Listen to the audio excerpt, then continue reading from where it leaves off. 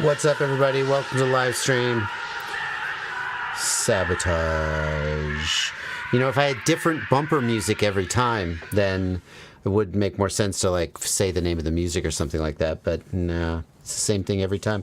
Gets me hyped. No matter how I'm feeling going into the stream, as soon as I listen to that, I get hyped! And I'm happy. And I get to dance.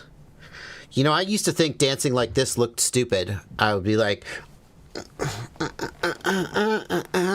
and then I would tell myself, don't do that. You look like an idiot. But I've learned differently. I've learned that that's a very manly thing to do. A very distinguished, manly, some would say presidential. Hey, we're going to take questions from you guys. We're going to take questions.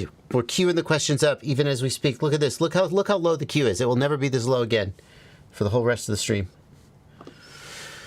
Oh, should we get out of the way? Let's just get it out of the way. We'll start off with the tariffs. Yay! Tariffs are solved, everybody. Everything is good again. Why, we used to have 145% tariff. And now we only have, apparently, a 30% tariff for 90 days. They made a deal! We're 1/3 as screwed as we were. What's that? We're still screwed?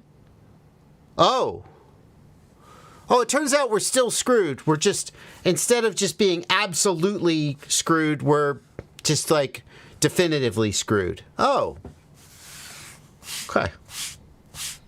Good. Oh. It's just a verbal agreement and it could still change at any time? So no one will really, yeah. Okay. Here's what I think is interesting. Okay, so obviously 30% tariffs is a lot more palatable than 145% tariffs, which was essentially a death knell for many businesses. But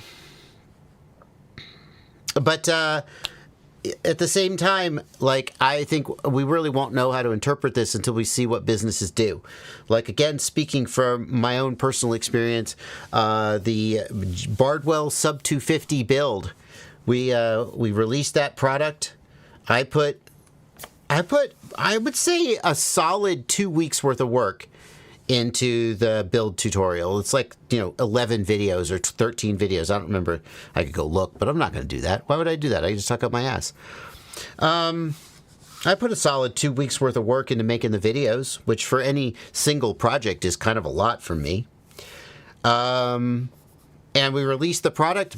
Very popular, very successful Sub 250 build series kit that you can buy that does everything you need to build a sub 250 gram drone. And then the tariffs hit. We sold through the first batch and we had more ready to go and couldn't import them. Well, we could import them. And I want to be very clear here that I am speaking for myself here. I am not speaking on behalf of GetFPV. Really, GetFPV is the we in this situation. And I have some sort of proximal awareness of the decision-making around the kit because my name is on it. But I just want to be really clear. I'm not in the room with GetFPV as they're making these decisions, and the exact way that they would frame these decisions would be their own. And especially, you shouldn't, like, take... Bardwell's just told us how it is. And Get FPV, if you need to hear from Get FPV their own thoughts as they want to share them. But basically, when the 145% tariff hit, this $300 kit, well, it's the wholesale price is the declared value plus 145%. It would have been too expensive to import. Get FPV would have had to put up a lot of cash, and then, surprise, whoops, now it's only 30. Can you imagine if they had paid the 145% tariff, had the product sitting on their shelf, and then the tariff goes down to 30%, how much money they would have wasted? So they didn't. And the product has been out of stock for 3 weeks, 4 weeks now, despite the fact that it's very popular and very in demand. And we would love to be selling it and making money on it, and love for you guys to have it and be using it and enjoying it. And so the question is, will suddenly now these products be imported and come into stock? Don't know. What will happen to prices? Hey, if we go look at getfpv.com, all those markups that they added, have they gone down? Right? Have the prices gone down? I don't know. FPV equipment. Or is shit still super expensive? Yeah, $120, $110 for this Walk Snow goggles, $700. It's hard to say what the actual, we need to look at the price history or something. I bet Eirik has price history. Eirik Toft runs searchfpv.com, and he has a database of products and their prices. I wonder if you could see price history. I don't think you can, but I bet he has that data. That'd be very interesting. Here we go look at flight controllers. Yeah, here's an H743 Sim flight controller. $145. That's just for the flight controller. Now, this has always been a premium flight controller. It's always been expensive. Hasn't been $145, though. So, waiting for the prices to go back down, guys. Now that the 30% tariffs are here. And the other question that deserves to be asked is, when the prices went up, people said, you're raising prices on products, but you haven't actually paid any tariffs. And the counter argument was, yeah, but we need the money to pay the tariffs. But then if the tariffs went away and you didn't import anything, where did that money go? I don't know. It's all a fucking mess. And it just disgusts me that we even have to talk about it. So one thing I just want to mention, a couple of people in chat have mentioned that de minimis wasn't part of this deal. And to be clear, de minimis hasn't been part of any of the tariff deals. They create separate executive orders about de minimis. That's at least how it's gone so far. So the last executive order that was published about de minimis said 120% or $100. So everybody's saying, oh, that's what you're still going to pay. That's what you're still going to pay. I'm sure it will work just the way, I can't tell you for sure, but I would bet it will work just like the last times it has happened. We'll get an executive order in the next few days or whenever that will clarify the new de minimis numbers, which will be probably the starter numbers they use, which is 30% and $25, but we've yet to see what those numbers will be. It's not going away. We're not getting the $800 exception back, but hopefully it will go in lockstep with the tariffs like it increased. It increased with in close lockstep as well. So just to be clear about that, a lot of people are saying, oh, you're going to pay all this money, and that may be the case. But I would guess that before any of this is enacted, you'll see an executive order show up that clarifies, just like the 3 executive orders that changed de minimis already. Okay. Yeah, because the de minimis, for those who don't speak Latin, the de minimis exemption is an exemption to import fees, tariffs. That means that if your order is under a certain amount, $800 is what it was, you paid no tariff. And that meant that individuals could make small orders without paying tariffs, but businesses, which the orders are basically always over $800, would pay the tariff. The de minimis exemption went away on May 2nd. And individuals have been getting dinged badly, and many companies have just been saying we're not going to ship to the United States because they don't want customers being pissed off and rejecting shipments, and then they just eat it. Somebody said we need to get JD Vance into FPV. Funny you say that. I bet you guys missed this. JD Vance goes goggles down with Archer. This is from Neros Technologies. Neros is a company that makes FPV drones for the military. And here's JD Vance with a set of FPV goggles on. Correct me if I'm wrong, but those goggles are Sky Zone goggles. Those are made in China. I didn't know those could like touch his skin without him like, it burns. And that appears to be a True RC antenna made in Canada. I'll just say, you know, who was part of getting that done is a fellow member of the FPVFC, Alex, who's also part of Multi-GP. Yeah, he was a big part of making that happen. So making what happen? This shot, getting those goggles on JD Vance. Yes. Oh, that's cool. Yes, that's cool. I think you know, one of our goals has been as FPFC, we kind of keep like a leaderboard of each other of who can get the goggles on the highest ranking person. He's currently winning. We leapfrogged really hard. Mm-hmm. you know, but I think it's good to have officials understand like what the technology is and get behind the goggles. You know. Yeah. No, I agree with that for sure. But that has happened. That happened. Yeah, we got this post here. What did he do? Oh, yeah. Yeah, there we go. JD Vance getting out there, putting an FPV drone on his face. For a photo op. Do you know anything more about the photo op, Blunty? Like, did he fly? Did he fly the drone? I think it was a ride along, but he might have done some fly. I'm not 100% sure. I didn't get the whole briefing, but it would be very interesting to see what happened if he did fly the drone. I mean, like surely he would have crashed it, like anyone would the very first time. That would be irresponsible if anyone let him take the controls, to be honest. But maybe a buddy box. Anyway. Like, okay, so to sum up, I'm glad the tariff number went down. I don't think we're out of the woods. And I think it will be interesting to see what the effect of this is on retail.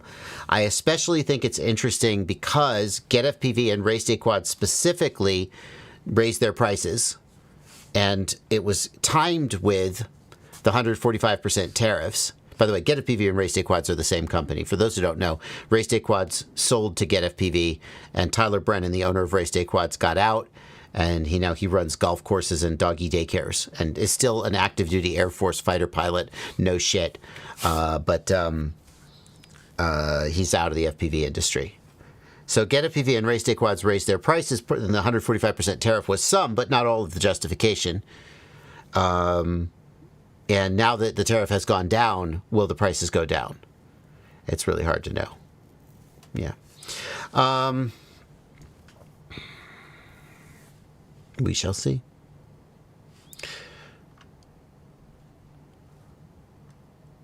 Let's get on with it. Okay, so that's it. We're not going to talk about tariffs anymore. Fair enough? I bitched about it for 15 minutes. We saw JD Vance with some FPV goggles on, which is kind of cool. That's your, and now that's going to be it. God bless. Have you heard any feedback on 533's pit stop program? That's a good question. For those who don't know, so Fly 533 is Evan Turner's company. Evan Turner, world famous drone racer and drone pilot, among other things, has a company where he makes drones, frames, motors, and it's based out of Maryville, Tennessee, about 25 minutes from my house, maybe a little less even. I've been to his warehouse, which is literally just in the basement and garage of his dad's house. No shit. And they have a service they started called the FPV Pit Stop, where basically you subscribe and you get one-on-one calls with pros, and I believe you can even send drones in for them to work on them. No? Drone repair with free shipping. Yeah. I haven't. I would be interested. Have you subscribed to the FPV Pit Stop? Tell us in the chat. Blunty, keep an eye out we'll come back to this question. Because, he announced it, and I haven't, obviously, if I asked him, how's it going? He'd probably be like, it's going great. But that doesn't actually tell you what the customer experience was like. In fact, to be honest with you, I should secret shop this. I think that might be fun. I should secret shop this. Wouldn't it be fun to do something like Linus Tech Tips does with companies that do drone support, except no one does it? Except, like, almost nobody actually does drone support. So how would you secret shop it? But if anybody in the chat has used this, it's been out for a few months now. Maybe 3 months, maybe 4 months. Not much longer than that. I'd love to hear your feedback, and we'll come back to this question. If nobody has done it, then we won't be able to do anything about it. We won't be able to comment on it. Is crash recovery in Betaflight still a thing? I assume so. And why don't manufacturers use it? It causes the drone to do unpredictable things. And I think manufacturers are hesitant to enable a feature like that would then cause your drone to suddenly flip. Like if it wasn't tuned right, it could be bad. So I think they'd rather you just crash and you turn it on if you want to. That's my thought. Which DJI Air unit works with the goggles N3 and the FPV controller 3? Well, the O4. The O4 for sure. I think the N3 didn't get O3 backwards compatibility, but the G3 did. That may change in a future firmware, but that's my belief. So it kind of doesn't matter because these days the O3 is not in production and you can still get them, but if you're buying today, you definitely should buy the O4. So, do you have a link to your light domes? They are, I mean, I can show you, but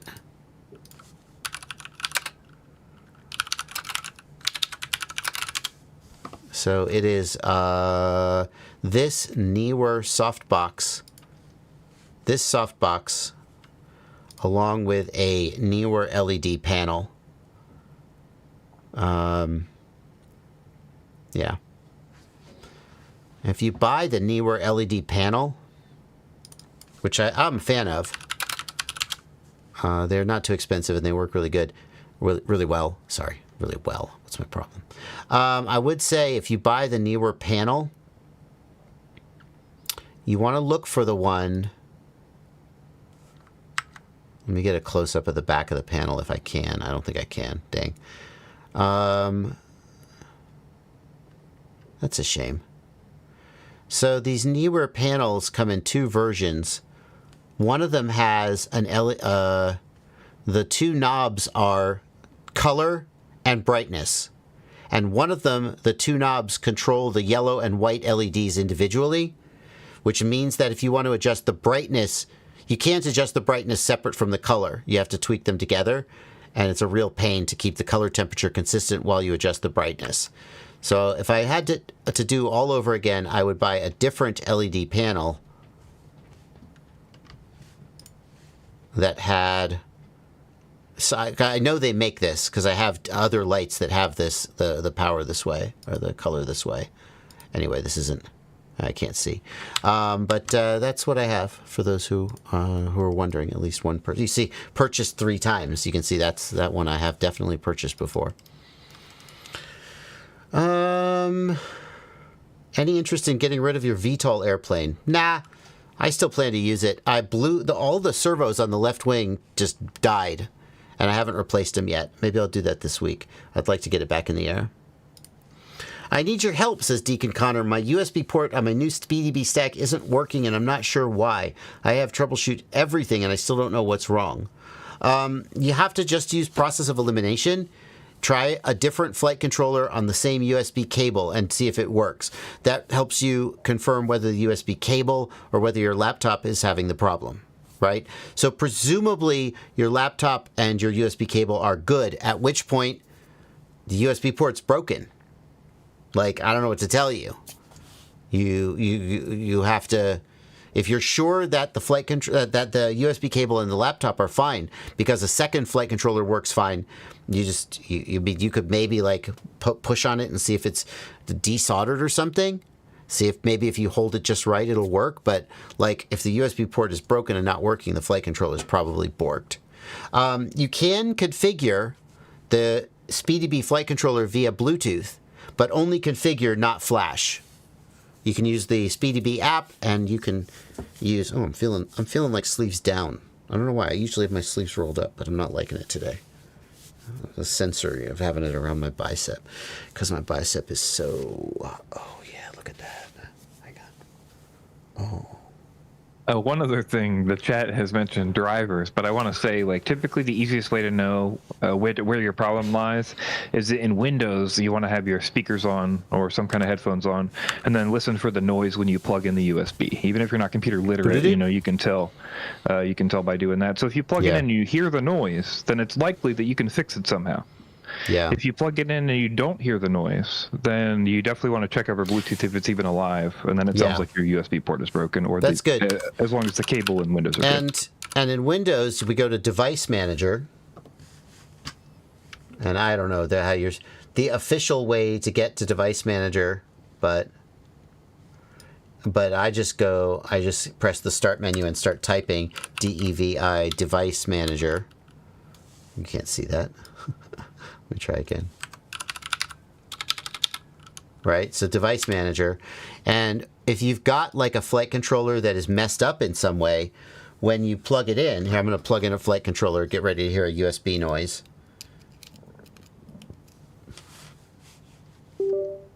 Right, when you plug it in, well, like normally, I think it would be under ports. Oh, whoops, ports, right? But it may show up as, a damaged device or, some device. You'll know it's at least alive. But if you plug it in and you don't hear the beep, and especially if it doesn't even power up, it's toast. Also, don't forget to just try holding boot when you plug it in. Again, if you hear that noise, but it doesn't respond, sometimes the firmware just gets corrupt, but then it also won't be usable over Bluetooth, and you just want to hold the boot button and plug it in with that boot held. Yeah, bootloader button right there on this flight controller. Hold it down, plug in, boink. Somebody said that my camera was focus hunting in the previous live stream a little bit, which I was surprised to learn. I think it's because we decided it's tracking your eyes, right? Well, it does track my eyes, but you then keep looking away. But like, if I cover my face right now, it should still focus on my body, right? Why would it focus on the background? What I've noticed is like you'll turn to look over to the side or grab something, and then all of a sudden it'll jump back to the back. It doesn't happen every time. So here's what I've done: is I have set the focus zone to center instead of wide. So now it should not focus on the back unless the back is in the center. Okay. Unless you can see my eye. So watch. It can see my eye. It's still tracking my eye. It's still tracking my face, right? Am I in focus right now? Am I in focus? No, it is tracking my face. It's tracking my face for sure. Oh, I wonder if it doesn't do face tracking outside of the center. Interesting. So if I come back to the center... But it should stay on me. I guess it's not... Actually, is it doing my eye? Yeah, it's tracking my eye for sure. Okay, wait. When I move out of the center... Oh, no. Interesting. Oh, that's fascinating. It's still like, sees my face, but it's not tracking my face with focus. That's fine. All right. I'm going to stay in the center anyway.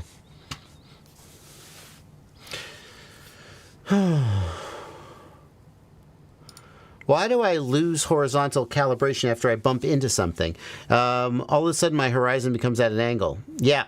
So if you have an accelerometer and you're doing angle mode, when you impact a wall or something, it can throw the accelerometer calibration off. The reason for that is that the accelerometer is a tiny, microscopic mechanical device.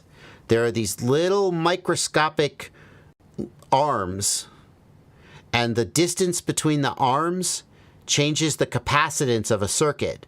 And by measuring that capacitance, it can tell the force or the acceleration in that direction.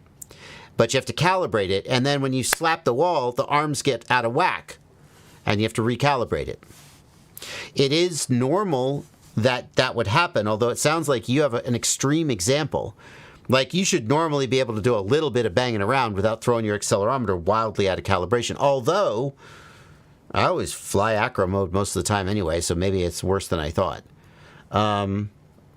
But it's normal that you lose accelerometer calibration after you bump something. You may be having an extreme case of it, depending on how hard you're bumping, but that's not abnormal. Okay. Let me get this one from 0.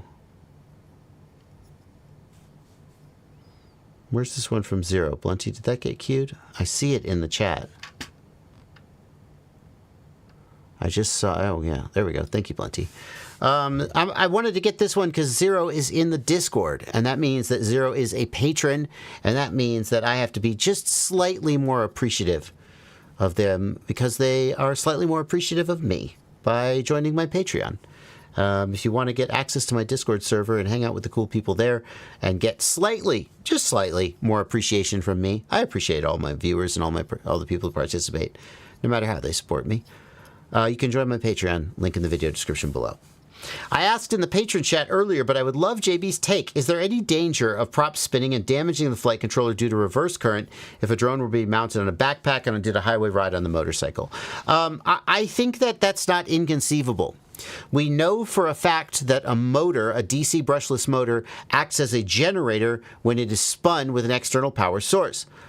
We know that it will generate AC voltage.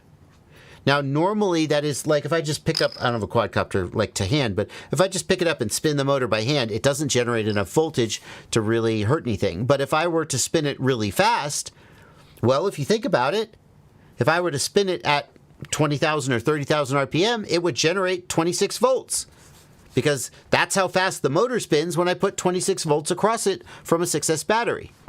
So like the motor can generate enough voltage to be dangerous, especially because the voltage is going the wrong way, right?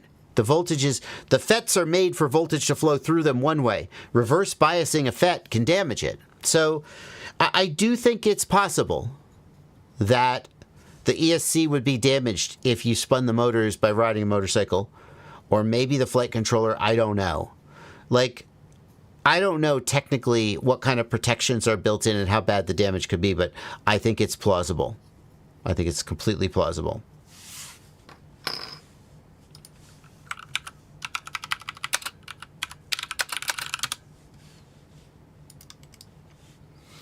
Okay. Aren't FETs made of diodes, and diodes don't allow for reverse current? John Goblin, I don't know about that, but I remember from way back when I first started learning electronics that reverse biasing a FET is bad. A MOSFET specifically. Yeah, not just like a BJT transistor. I think it's not that bad, but I think MOSFETs it's very bad to reverse bias them. But I could be wrong. I mean, that's what I remember, though.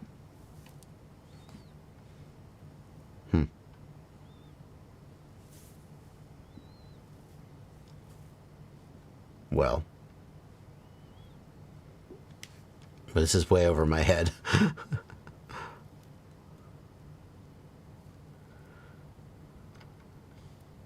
AI says reverse biasing a FET is a problem. It doesn't say it's destructive, though. Huh. Maybe it's not destructive. Well, maybe it's generally not destructive. All right, well, maybe I'm remembering wrong.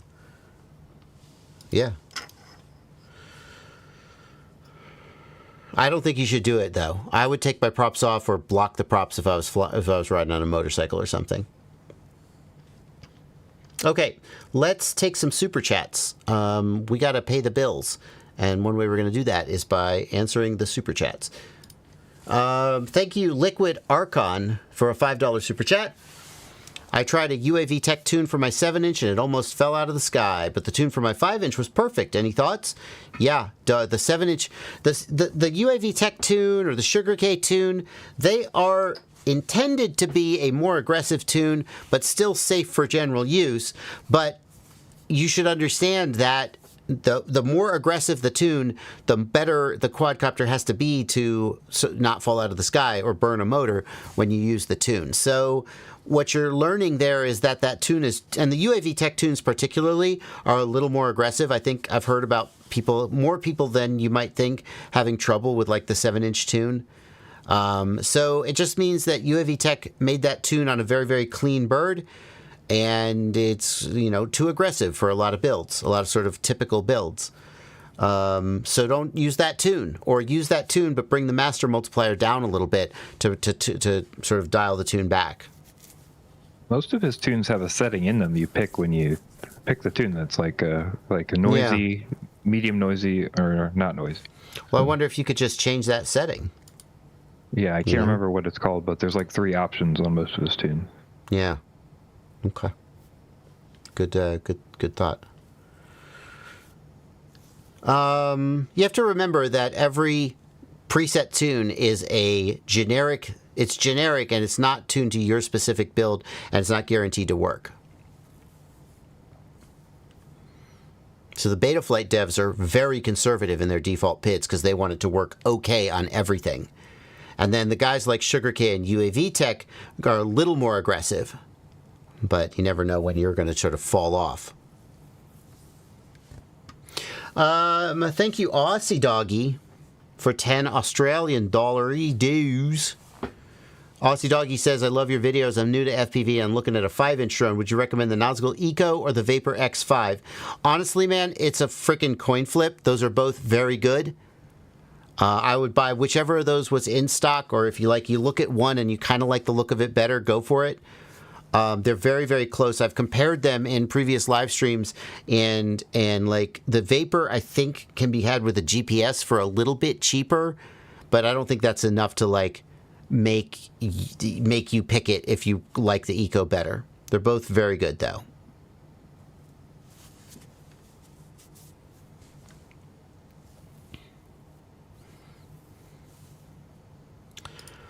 Jay Homer, thank you for a $5 super chat. Looking for a long-range FPV buddy in the Pacific Northwest for some great mountain diving. Jay Homer, there are definitely some pilots in the Pacific Northwest. I don't know where you specifically are. That is where the famous FPV park is, in the Pacific Northwest in general, the Portland area, I believe. So I don't know how you would find the community up there, but it definitely exists. What do the Pacific Northwest pilots use to hook up with each other? Trinity FPV, thank you for a $2 super chat. Gustavo Espadas, thank you for a 50 Mexican pesos. Can you talk about the DJI Race Edition, to which modern flight controller or which complete 5-inch drone can still bind? I don't think anything. Wait. The DJI Race goggles? Oh, Lord. I don't even think they have analog input, do they? What do they bind to? I have no idea, dude. Oh, no. I do remember. Oh, there was this old air unit that you've never heard of. Holy shit, does this video still exist?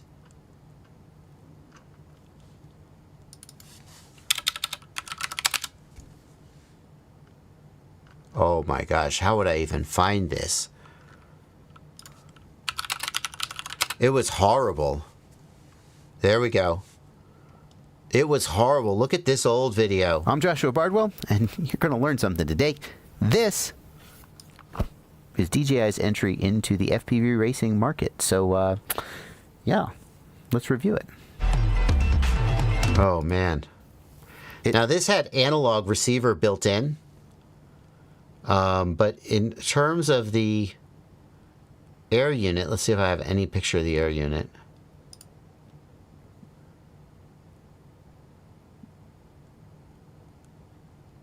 Oh my gosh, is that Evan?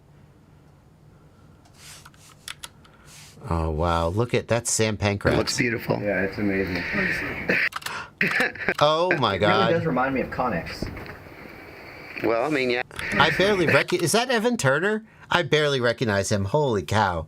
I think it must be, because he's standing next to Sam Pancratz, but I honestly don't even recognize his face. It really does remind me of Connex. Well, I mean, yeah. What? Yeah. It is, Evan. Whoa. Another level. That is weird. That depends on what about this for a we second. thought it was so Because this good. thing is more than just a Here's video the air transmitter. unit. As you can see, it's got an SD. So the air unit was big, and the wiring was weird. Had these weird ass antennas, and the latency was horrible.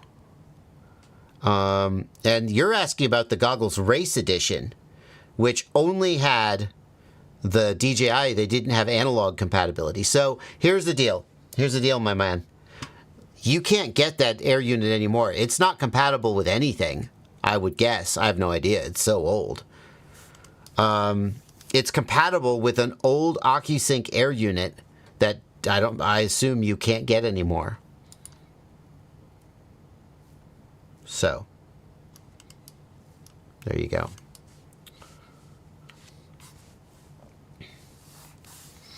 Hello, International Game of Whoop.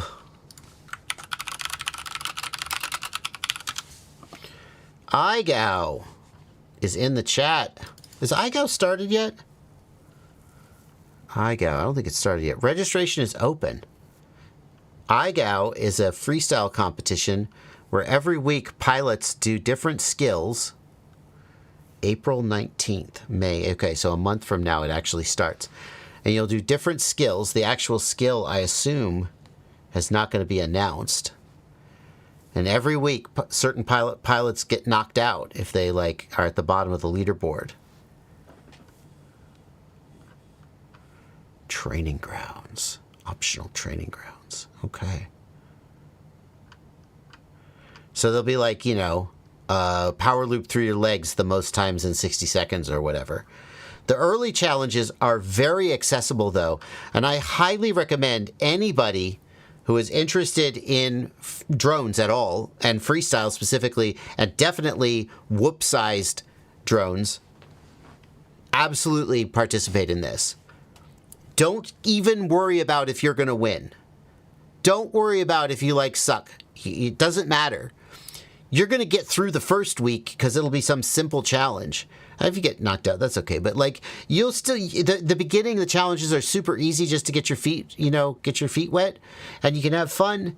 There are prizes at every level. You don't have to get all the way to the end to win prizes, and it's just a great, great experience. So, highly recommend.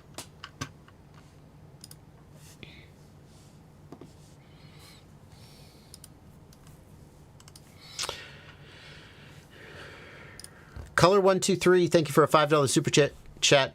What is the best pitch prop for 2306.5 1900 kV motors? There is no answer to that question. That's like saying, what is the best tire? What is the best size tire for your car? What is the best diameter and width of tire for your car? It depends. What kind of road are you driving on? What kind of driving are you doing? How much money do you have to spend? Yada, yada, yada. There is no answer for the best prop pitch.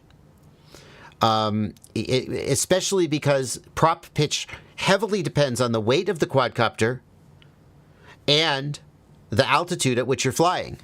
If you're flying at sea level, you will get more thrust from a lower pitch prop. If you're flying at higher altitude, one of the simplest ways to compensate is to go to a higher pitch prop. So, there is no answer. You have to find the right prop that gives you the right amount of amp draw and the right amount of flight time and the right amount of thrust. Is 179 amp draw bad? Yes, that's way too much for a 5-inch quadcopter. It should never draw that much power, except maybe in very short bursts if you have a very extreme situation. Even at full throttle, yeah. So most likely your current sensor is miscalibrated, and that amp reading is complete bullshit. Can I run a 9x8x3 prop on the Catalyst America 9-inch on 2816 motors? That feels right. That feels about right for 6S. I feel like your 28mm motor might be a little bit small for a 9-inch prop, but not ridiculously. So 2816 though, so I'm not sure about the height of the motor. I think that's in the ballpark of correct. Thank you, Juanito, for 159,000 IDR. For those who are excited, that's about $15. But thank you. That's still a very generous super chat. I just bought the Walksnail HD Pro with Avatar Goggles V1. My flight during the day.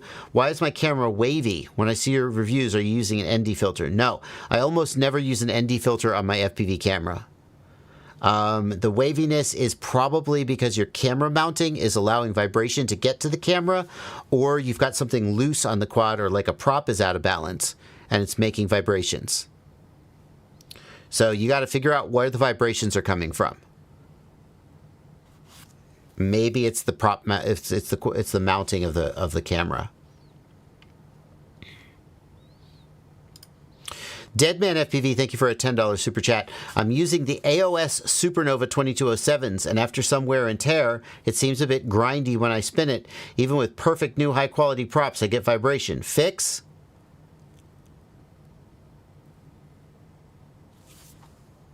You don't want it to be the answer, but you know the answer. You got a motor that's grindy. So here's the thing. Way back when, way back in the before times, before the tariffs, we would just buy a new motor and we put a new motor on. Now that motors are so expensive, wow, these kids used to throw out a motor. Well, they'd crash in some sand. They wouldn't even get some compressed air and blow the motor out. They would just throw the motor over their shoulder into the ocean and say, "Let the fishes have it," they'd say. And then they'd put a new motor on. And they'd have piles of motors.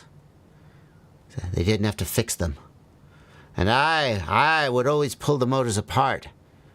And I would take out the bearings. And I would replace the bearings. And they would laugh at me, the kids.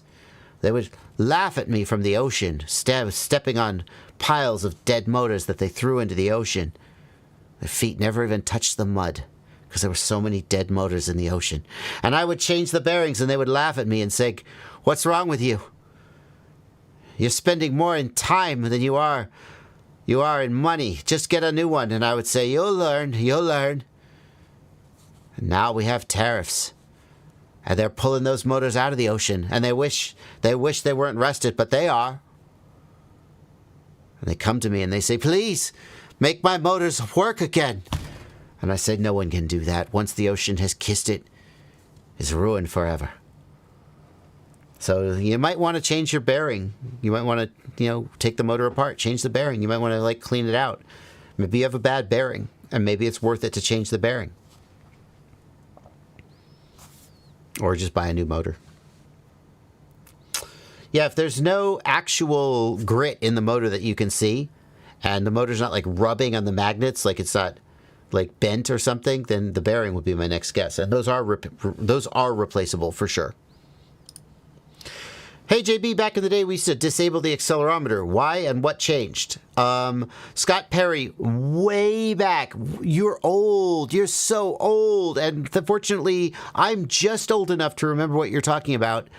Way back in the day, we would disable the accelerometer because we wanted to save processor cycles. Way back on F1 processors, or maybe even before, the CPU would run out of cycles. And by disabling the accelerometer, you would save some of that processing time. If you weren't flying in angle mode, these days, it's negligible. You don't need to do that. Mike Mitchell, thank you for a $10 super chat. The JB Sub 250 beginner build. I'm having an issue where it dives and tries to return at the end of a pitch flip and usually crash. It's hard to say, Mike, without actually seeing it and without actually flying it, but my guess would be you have a bad motor. The thing you would look for is, does it always roll the same direction? Back and to the left, always, back and to the left, back and to the right, whatever. The fact that it does it after a pitch flip, well, it depends if you're flipping forward or back. That could tell us whether it's the front or rear motor. But the bottom line is, if it always rolls the same direction, replace that motor. And if it still keeps doing it, you may have a messed up ESC, and you may need to replace the ESC, unfortunately. C. Joe says I skipped his question. Blunty, I don't see C. Joe in the queue. Did I miss a question from C. Joe? It did not show up in our system. So do I need to check? If you look at the super chat, history, you'll see it. Okay, so that's going to be under, oh shit, where is it? Viewer activity? Is that under viewer activity? No, if you just go to like the super chat list, like if you go fan funding. Yeah, where the fuck is that? Where the fuck is on that? YouTube chat. Oh, Chop Chat, Right, fan funding. left. Yeah. Okay, I got it. Cjo, Liquid Archon, Aussie Doggy, J Homer, Trinity FPV, Gustavo, Color 123, Juanito, Cjo. When are you going to do autocross with Ciotti? Thank you, Cjo, for a $2 super chat. I don't know. Probably never, realistically. Like, I'd like to, but realistically, the way life is, probably never. I'm just sorry, I'm a realist. Whenever I'm talking about a bad motor, I always say back and to the left, and I want you to know that is explicitly a reference to the Kevin Costner JFK film. And now that I've told you that, I've ruined it for all the people who got the reference and the little wink.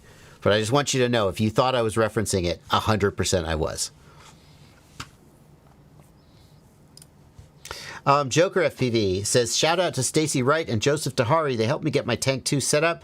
I put a Rotorite Brave F7 and their ESC in it, and I'm very excited. Thank you for $5, Joker. And absolutely, Stacy and Joseph are the beans. They are absolute peaches. Johnny 2 Gats, thank you for a $5 super chat. Is a 5 amp ESC enough for a 1S 3-inch toothpick? I don't think so. Like, probably you might be okay. But when people do like 3-inch toothpicks, I typically see them with a 10 or 12 amp ESC. And I think that probably like a 5 amp ESC is more for like a 65 millimeter or 75 millimeter tiny whoop, or whoop as it were. Thank you, Kenneth Bryant, for a holy crap, a $50 super chat. Not even asking me a question, just saying thank you for doing what you do. Well, with $50 bill, I'll say thank you for your support. How do I get these bearings you're talking about, says Deadman FPV. Okay, good question. Well, the first thing we're going to do is we need to find out the size of the bearing. AOS Supernova 2807. Technical specs, is that going to tell us? No. No, because you can't effing find... data sheet? Wait. Data sheet, okay. Bearing diameter. Come on, baby.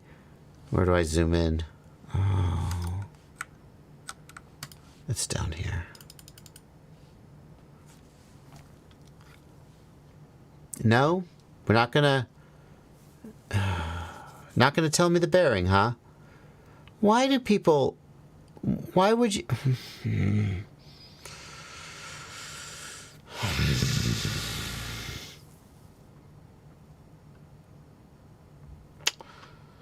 Shaft diameter 4 millimeter. God damn it.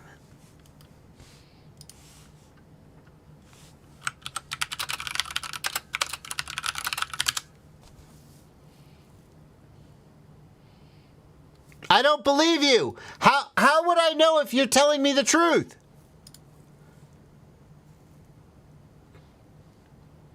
Oh, here we go. I got it. 11 millimeter bearing with a 4 millimeter shaft. What's the full size of the bearing? 11 by Hi what? there, everyone. Ever since I 11 launched the by Supernova what? 22... 11 by what? That's not a dimension. Well, it is a dimension. It's only one, though. Okay. So, two things you can do. Number one, you open up the motor, you press out the bearing, and you use a caliper to measure the bearing. High quality bearings. You need the inner and outer diameter and the thickness. The outer diameter is going to be 11. The inner diameter, it's a 4 millimeter shaft, so does that mean it's 4? It's probably 11 by 4 by 4, but I couldn't be sure, and I wouldn't spend money based on that. So you need to get the dimension, or you ask Chris Rosser and you see if he answers you. So, once you know the bearing size, I'm going to search for 11 millimeter NSK bearing. NSK is the Japanese brand that a lot of these companies use. And then, well, the problem is we need the right type. We need a high-speed bearing.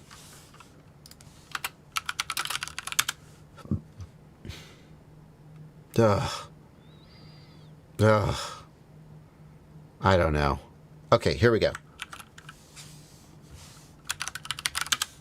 Okay, unfortunately, like if it was a typical 5-inch motor, it would be a 9x4x4 bearing. I could find it easily.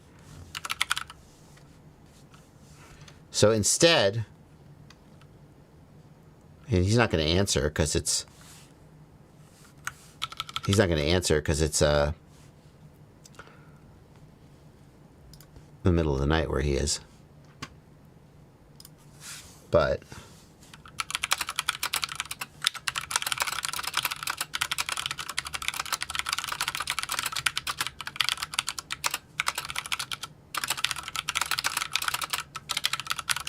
all right, now he's not going to answer, and the live stream will end because he's in the UK and it's the middle of the night. But next time I'll have an answer. Yeah, you don't want a sealed bearing because sealed bearings usually aren't high speed, and we need a high rotation, high rotational speed. So I don't know. I couldn't. You need the exact dimensions, and you need to know. And it's just a shame. Let me just look. AOS Supernova 7 replacement bearing. No. Nobody is selling replacement bearings. So, time to buy a new motor. Anyway. Color123 says the motors on his 9-inch are the Brother Hobby Avenger 2816s. I'm just saying that I think 28 is a little small for a 9-inch, but 2816 may be okay. Can I? Is bigger always better? I asked my wife that. Let's make this joke again. What motors does it got? Can I see what motor it is? For example, I mean, like, for freestyle and racing, 5-inch is a pretty sweet place to be. For chase... No, I can't see. Didn't you make some kind of list? Does that still exist? I know what you're talking about. These also appear to be Brother Hobby motors. I think these are the same motors. I told Neil Whiteley.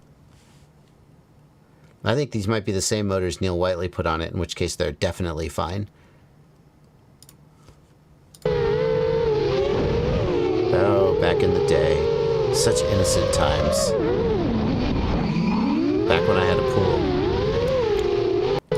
Oops. Broken props. No broken quadcopter, but we got more props. Yeah, I think those are the same motors. Another broken prop. These props are freaking potato chips. They break. That was not a hard crash. Yeah.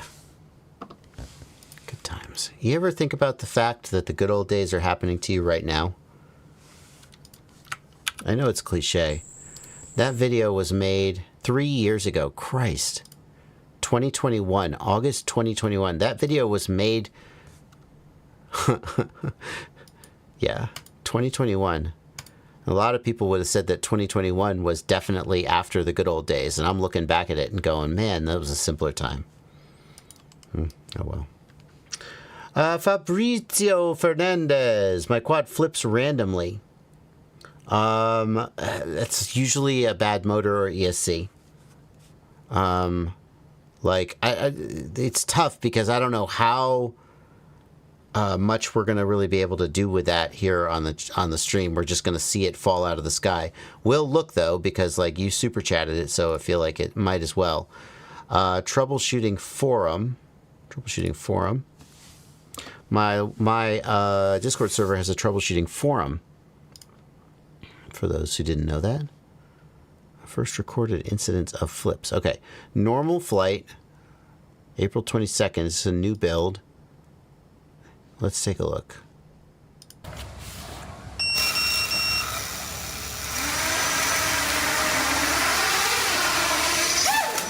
Oh, no. Okay. So good news. That's not a bad motor or ESC. That's your flight controller is effed up. This is new flight controller territory, probably. What we would want to do is we would want to look at the black box log and check that RC command is not causing the flip. Go ahead, Blunty. In earlier questions, he was saying like 0 to 120 seconds of flight. Yeah. Yeah. So that was the confusing part. Has he actually uploaded a black box log? He has. So I'm like 90%, 85% confident this is a new flight controller situation. But let's just do our due diligence. So that was not a bad motor, because with a bad motor, you would see one arm dip and it would roll. This one, it accelerated into it instead of falling out of it. You follow me?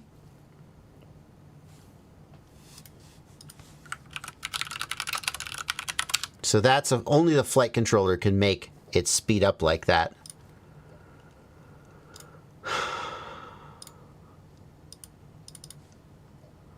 So, yeah, that's where it flipped out. And what I want to do is I want to go to graph setup and add RC command. And what I want to make sure is that you don't have a bad gimbal or something where your controller commanded the quad to flip to the right. So I'm going to look at RC command. And we can see, if we just look at the sticks here, like we're flying normally, and then it flips out, right? So at no point do you have some wild right roll or left roll. So it's not RC command. It just freaking freaks out. Let's look at the gyros. Remove graph. Unfiltered gyro. Does that change? It doesn't really change. The gyro didn't suddenly get worse. That's pretty normal.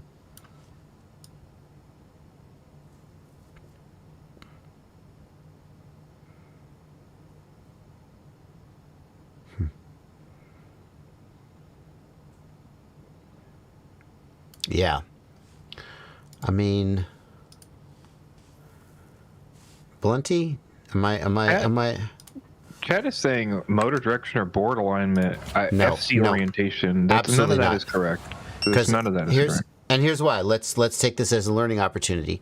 If that was true, if it was motor direction, motor mapping, motor position, prop on backwards, or flight controller alignment wrong, it would not hover at all.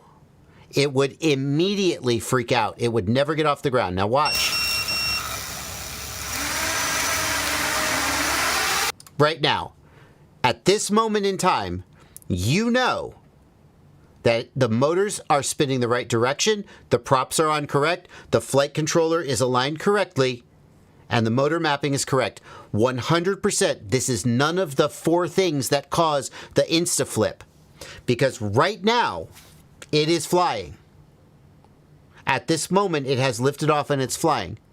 And I really want everybody in the chat who like, you guys, I appreciate you so much, because I see you on Facebook and I see you on Reddit, and somebody posts this video and you go, it's an insta flip, I know the answer, and you point them to my video, or you give them a copy and paste that tells them how to solve insta flip.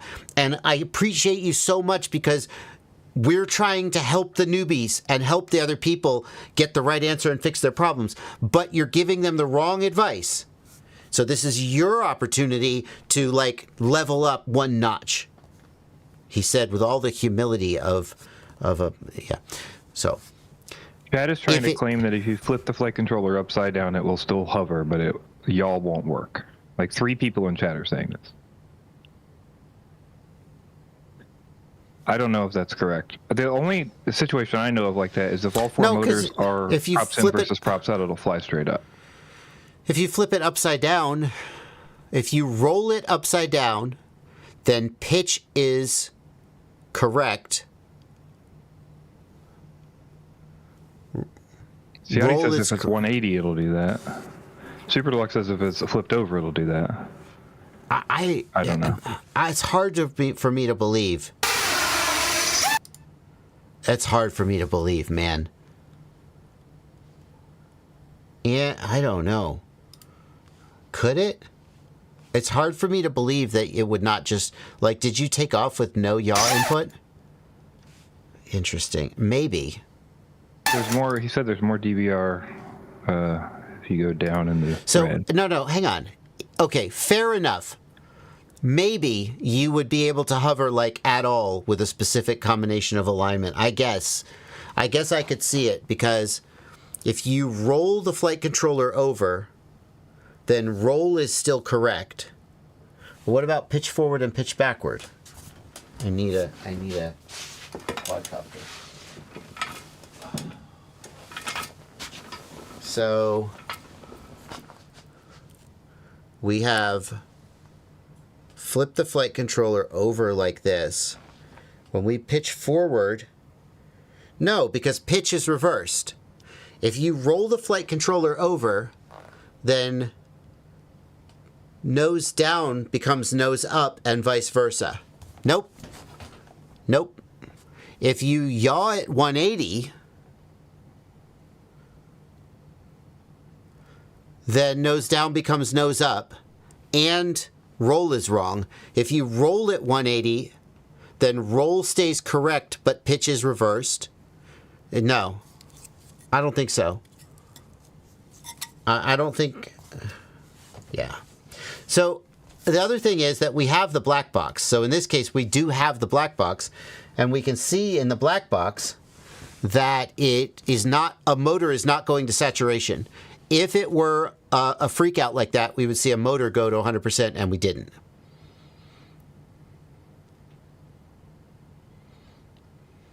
I don't think it's a runaway oscillation either.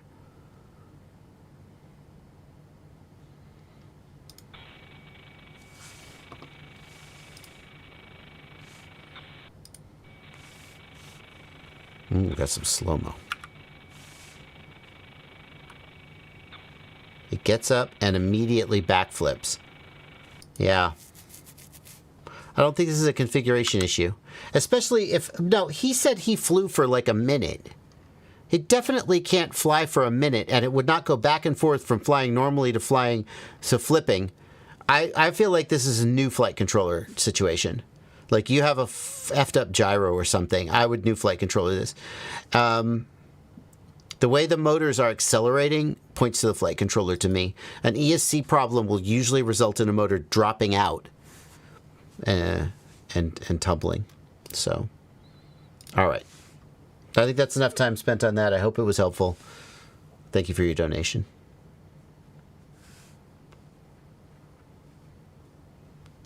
PID resonance going off in yaw. I mean, I also think it's a bad gyro and new flight controller crom.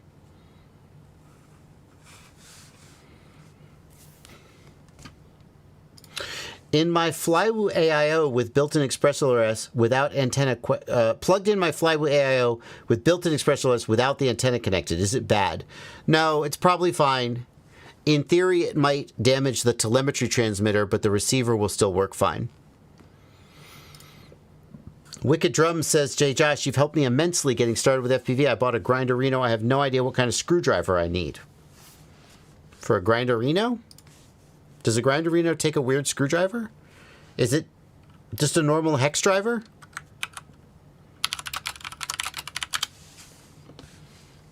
So is it like just a normal hex driver set like this?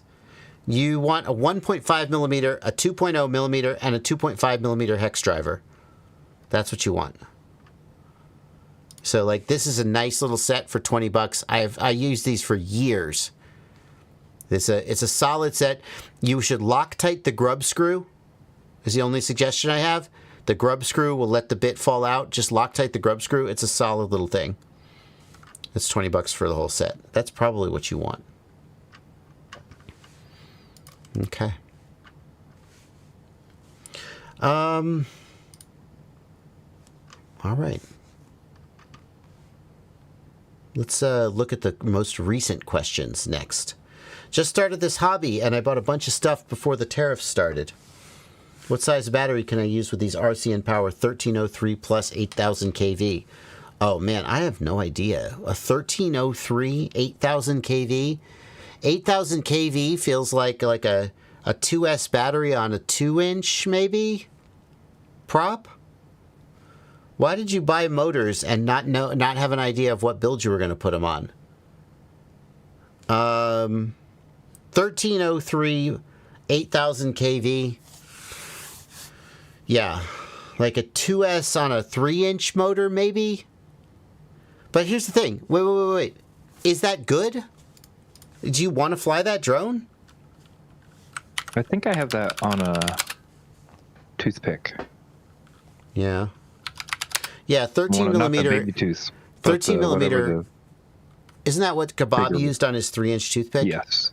Yeah, I can't remember what it's called, but yeah. Well, good news. That's actually a really good build. So what you want to build is a 3-inch toothpick. And that's a great motor for use with that build, and it's a really fun build.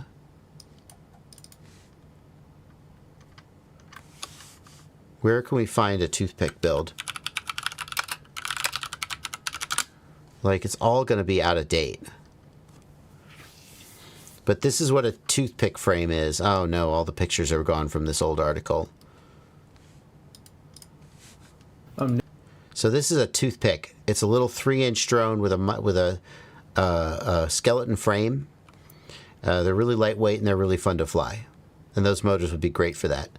And I think with 8000 kV, you would be good on like on 2S or maybe 3S.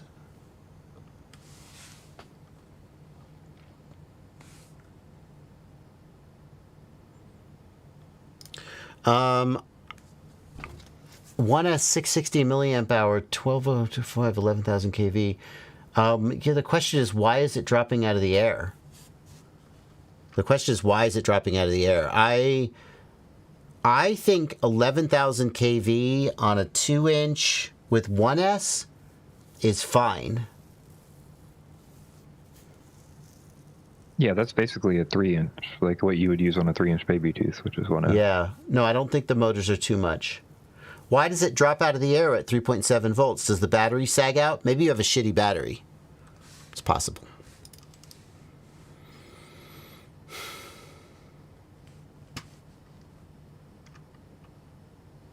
Is there a good resource? Oh, sorry.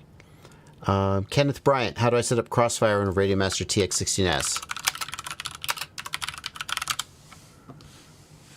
Watch this video. Receiver. Yes, it's and a 2023 update, so 2023 is not that recent, but I think it's what you need to know. TBS Crossfire Beginner Guide 2023 update. It's still fresh enough.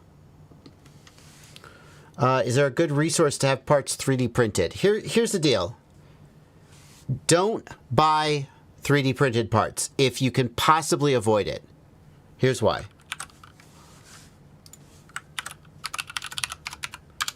Like this website, Noozle 3D. You can see it right there, Noozle 3D. This guy, he's a great guy. He good 3D print quality, good businessman, just all around nice person. If you're going to buy 3D printed parts, this should be one of the companies you consider. Not the only one. There's others out there. I don't mean to show favoritism, and he'll do custom 3D printing for you. Right? And you upload the file, and he won't just do a shitty print and send it to you and say sorry. He'll like really take care of your print. Okay? But the price you're going to pay. Wait, he does Beyblade prints? Shut up. That's funny as shit. Let's say I want a camera mount. I'm going to pay $6 for this tank protected camera mount. Okay. Watch this. Oh, I got to find one that I can download the STL for. Hang on.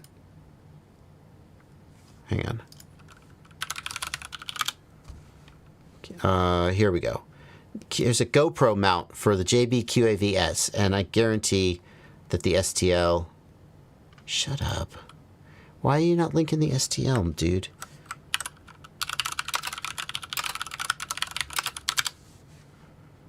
Hold on. I get this STL. There it is. Right there. GoPro Hero 8 degree. Yada, yada, yada. Files. GoPro Hero 8. Here we go. Open an Orca slicer. Perfect. This is, yeah, GoPro Hero mount. Well, GoPro Hero 9. Close enough. $15.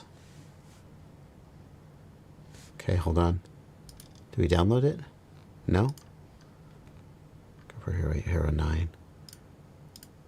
Download. Hey, sorry, can you go in the YouTube chat and scroll down? Oh, sorry. Has it stopped? Oh my god, it has. Yep, got it. Unreality, you have to plug in the battery to activate the O4, and it may have already been activated previously, in which case you can't activate it. Okay, so hang on. Auto align. That is not how this needs to be printed. That is objectively incorrect. It should be on this face. Okay, so I'm gonna TPU, change filament, TPU, and standard quality slice plate. Okay, estimated 30 grams of filament. All right, 30 grams of filament. Hang on, we're gonna do a little math here. 30 grams of filament. SaintSmart TPU, 0.8 kilograms for $30. So how many dollars per kilogram? $32 divided by 0.8 kilograms. It is, sorry. I've done something wrong. $40 per kilogram. Oh, I'm sorry, divided by 1,000. Yes. It is 4 cents per gram times 28 grams of filament. This is $1.12 to print this at home. That's where I'm going with this. $1.12 to print it at home. It's $15 to buy it from Noozle. Now, I am not saying he's ripping you off. He has to run a whole server a print farm, and there's all this overhead and pay for his time, yada, yada, yada. That's a fair price. Let's stipulate that that's a fair price. Okay? $15 plus another $5 in shipping. You're going to pay $20 for this thing. It costs you $1.12 to print it at home. Add in a little bit of money for the electricity. Not that much. Say $2. So you're paying an $18 premium to buy this from Noozle. Bamboo Lab A1 Mini. Very, very good printer. Not the cheapest, but of great value for the money. $359.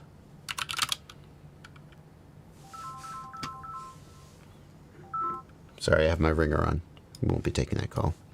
$359 divided by $18. 20. You print 20 of these mounts, and you break even on a brand new printer. That's not that extreme. I mean, you're not going to do that in one day, but you might do that in 1 year. And when you print it yourself, you just have it in 2 hours. You don't buy it and then you get it a week later because it had to print and ship and mail and it came in the mail, and then you take it out and you're like, oh crap, I ordered the wrong one. It's not the right screw pattern for this frame. If that happens, you just go print another one. Never mind that if you print at home, you could dive into the world of modifying, and all that stuff. Even if all you want to do is crank out prints, it is very, very easy to justify the cost of a 3D printer. And you're thinking, oh yeah, but it's a pain in the ass to run a 3D printer. I don't know how. No, the Bamboo makes it easy. It is as foolproof as a 3D printer has ever been in the history of the universe. Not completely foolproof, but pretty foolproof. So, I highly recommend that instead of buying 3D prints from a third party, if you will buy 20 3D prints or 30 over the course of a year or two, it is just 100% worth buying a 3D printer like buy the Bamboo. Buy from the Bamboo line because they're so easy to use and so as bulletproof as 3D printers get. That's what I say about that. Or go to Noozle, since that's the actual question you asked. Like, I'm a truck driver. I can't have a 3D printer in my truck. I just have to order it. Okay, fair. Chat thinks this is harder than you're making it out to be. A lot of chat. What do you mean? Harder? You got to keep it in your house. You got to have air filters. You're worried about smell. You got to have it around your family. It's making noise. You got to have a new hobby to learn how to do it. Your prints aren't going to come out great, and you got to tweak settings. Like, that's all the things that I'm reading in chat. Okay, so hang on. No, this is what I'm telling you. I know what you're thinking. You got to tweak settings. You got to do test prints, overlap, bullshit. No. Bamboo, and again, it's not 100% foolproof. It's as foolproof as 3D printing has ever been. I haven't tuned my Bamboo printer at all. I just select the filament profile and I print. That's it. Now, I do buy Bamboo filaments because the presets are tuned for Bamboo filaments. And maybe you could argue that I'm paying a premium for that. And like, but you can buy cheaper filaments and you can tune them and stuff if you want to. I will say the Bamboo TPU filament is garbage, and that you might have to find a TPU preset that works for you. The Bamboo TPU preset is actually not as good as all the others. But once it's really as bulletproof as 3D printing gets. And I wouldn't be making this recommendation if that weren't true. And the other things, the noise, your family, I don't know, grow a pair. Put it in your basement. I don't know. Put it in your shed. Put it in your garage. I don't know. The filters, and unless, like, if you're really concerned about that, don't put it in the living space, I guess. But if you're not printing ABS or nylon, I think the whole fumes and thing, I don't think it's a thing. I don't know. Maybe I'm wrong. Anyway.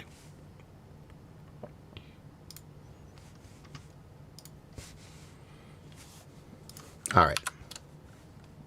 Here is a preset. Yeah. So here is a filament preset, TPU filament profile for Bamboo Studio.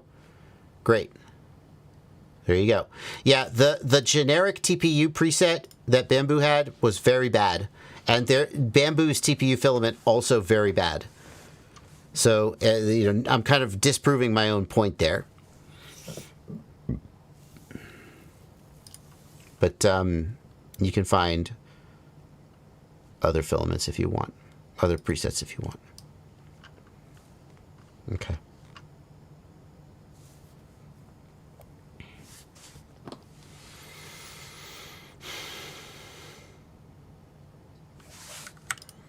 What's the minimum number of batteries that I should buy per drone?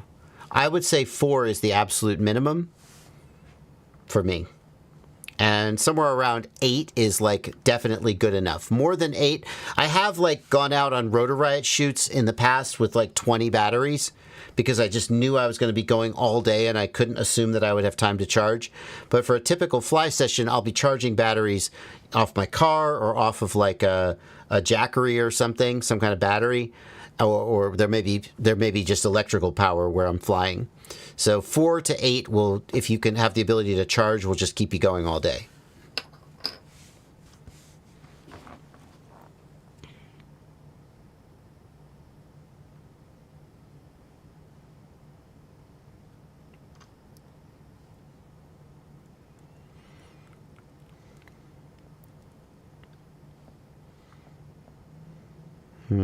Let's see here. Oh man, I have committed to the HD0 goggles 12 months ago, but I'm considering DJI. How much better is the O4 system with the G3 for freestyle flying? For general freestyle flying, it's going to be very good. The clarity, resolution, range, and penetration of DJI just crushes HD0. If you are a pilot who is very sensitive to latency, you will not like the DJI system because the latency is higher and the latency is inconsistent. It's variable latency. Racers 1,000% really like the HD0 system for that reason. And some freestyle pilots who are very latency sensitive do. But most freestyle pilots would rather have the better looking image and the better range and penetration of the 04 than the lower latency. And so statistically, that's the one that's going to be better for you. 04 is God tier for freestyle, says Skydozer. Yeah, a less political way of saying basically what I'm saying. DJI has race mode, Almac. That's true. And in fact, some freestyle pilots choose to fly the 04 in race mode because it doesn't have as good image quality, but it's still pretty good, and it has better latency. Not as good as HD0, but kind of getting close. So that's absolutely true.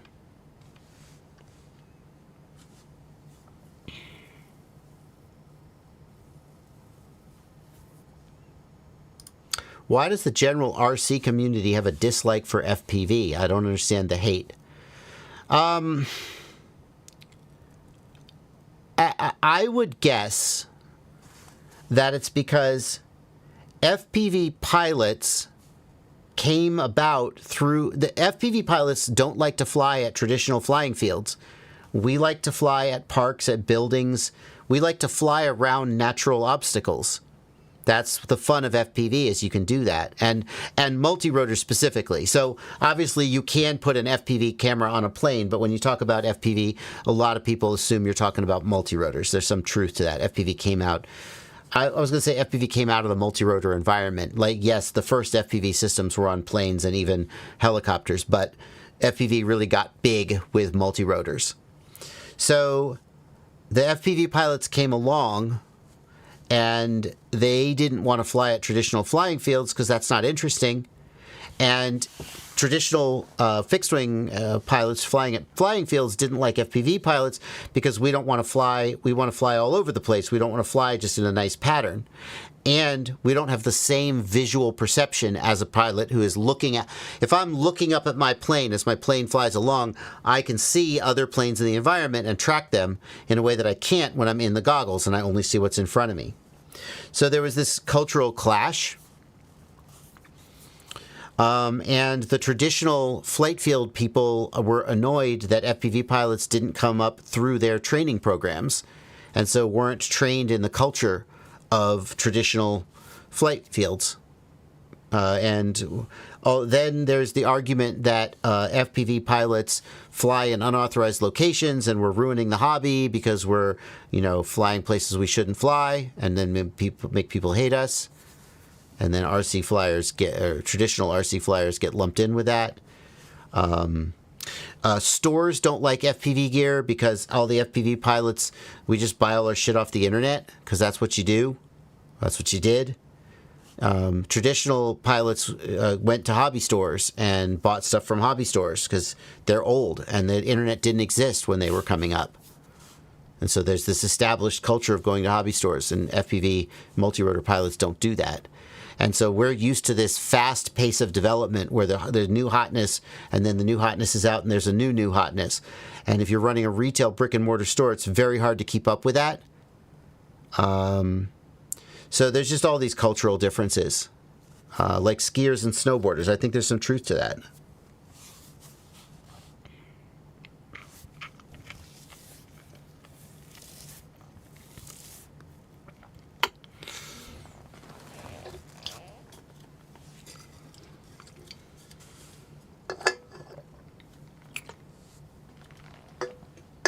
So, yeah, it's just cultural stuff.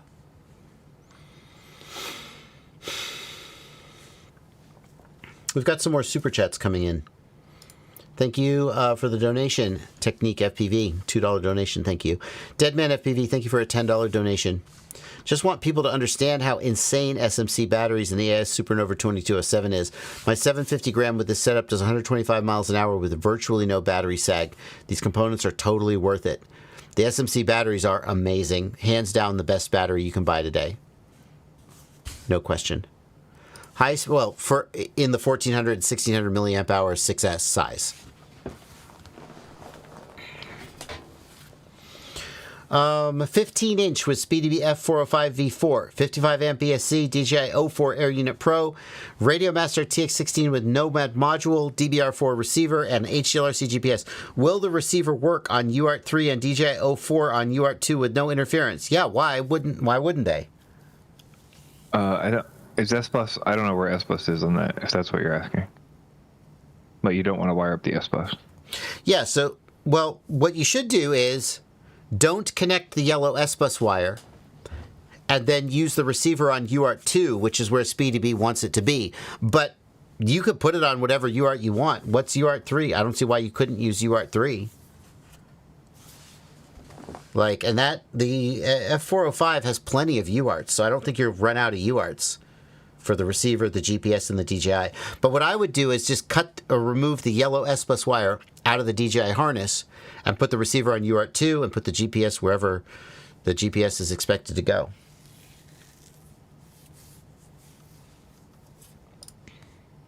Fabrizio, thank you for another 50,000 PGY. There's an extra DVR down below. Is there a way I can better use Blackbox to check if it's the flight controller or not? I think the thing to do is to replace the flight controller, and if that fixes it, then you know it's the flight controller. I mean, we can look at the black box and we can guess, and we can be like, well, I don't think you're going to find a smoking gun. So I think you should just, like, don't throw the flight controller out, because it could be okay. But that's 100% what I would do, is I would replace it. And then if it's not bad, you have a spare, which you'll eventually use.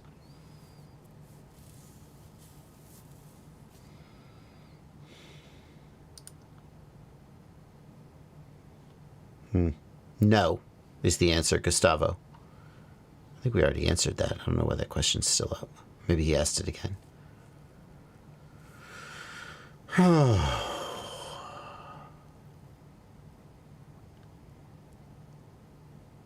How long can I leave a LiPo charged before it starts to degrade? The short answer is that it starts to degrade the minute you charge it. A little bit. The longer you leave it charged, the more it degrades. The question is, how much degradation is acceptable to you over the life of the battery? Okay. So can you leave your batteries charged a week? Yep. Will they be slightly worse in terms of performance than if you had put them at storage? Yep. Everybody draws the line in a different place. I personally try to keep it under a couple days. But that's just that's just what I feel good about. It's not based on any science.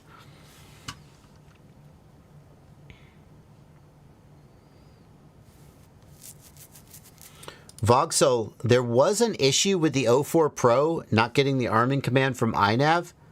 You need to update the firmware on the O4 Pro to the latest, and that's fixed. Also, iNav has a command line fix for it, but you shouldn't have to do that. iNav 8 has a command line option that fixes the option, but that was before DJI fixed it in firmware. So if you're on the latest firmware, then I think you don't have your ports tab set up correctly. I don't know.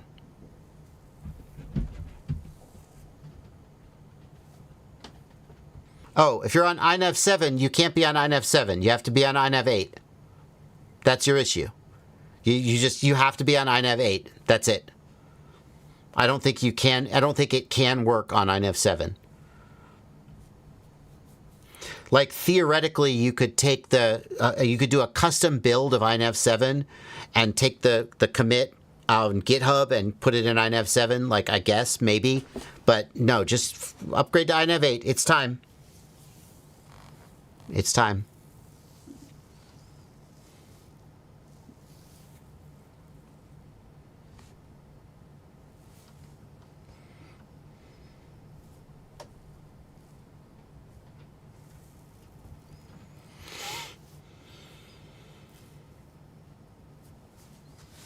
FPV hobbyist, I don't know if the HC0 Eco would work on a Bobito. I suspect it would. in terms of like being able to mount it. In terms of weight, I think the HC0 Eco is very similar in weight to an analog setup.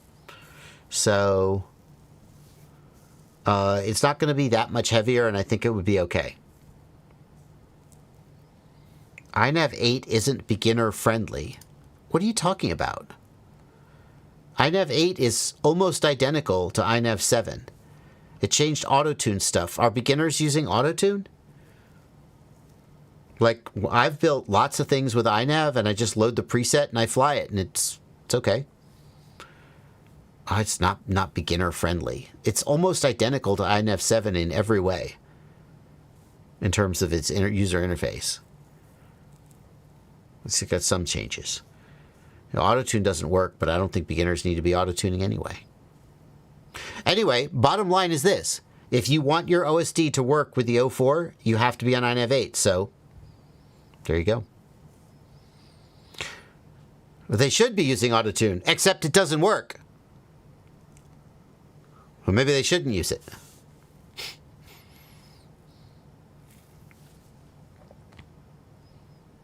I don't think it works that good even on iNav 7.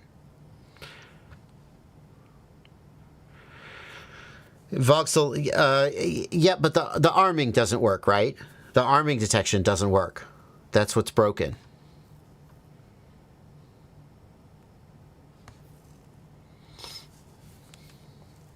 FPV isn't beginner friendly. True.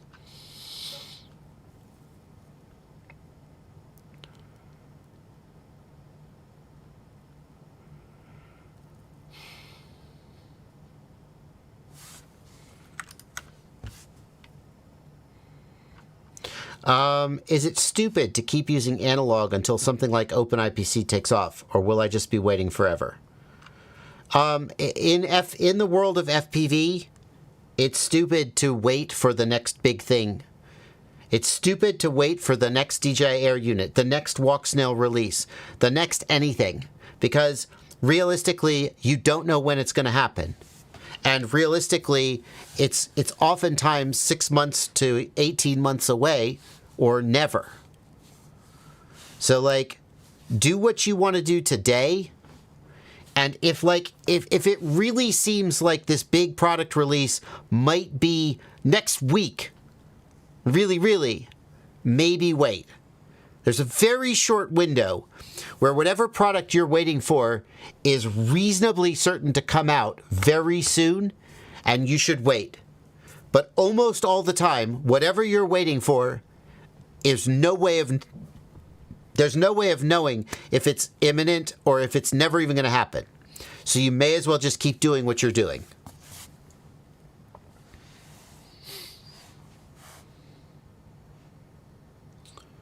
So when will OpenIPC take off? I don't know. Not tomorrow. Maybe never. Just keep using analog if that's the question.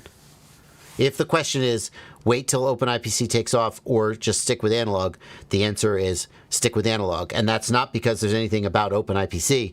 It's just because wait for or just keep doing what I'm doing. The answer is almost always keep doing what you're doing.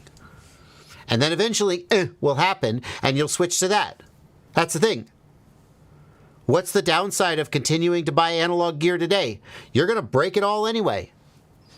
A year from now, when OpenIPC takes off, you can just start buying OpenIPC. The fact that you bought 3 analog drones in the meantime, it doesn't really matter.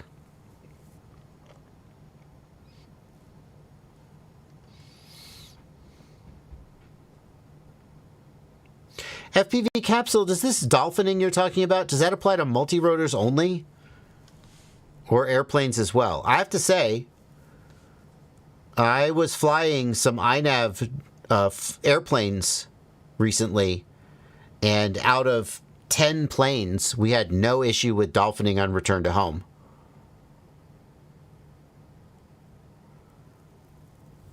Like literally, I just looked at the return to home altitude, and it was within 1 meter, no problem. And this was on iNav 8. I don't know. I can tell you, like, I built around 10 of these wings. They weren't wings. They were He-Wing T2s. I built around 10 of these recently. and test flew them and did return to home and loiter. And they were all, when loitering, they just held altitude within 1 meter. So I believe that you're having the problems that you're having, and I believe other people are. I don't know if it's universal, though.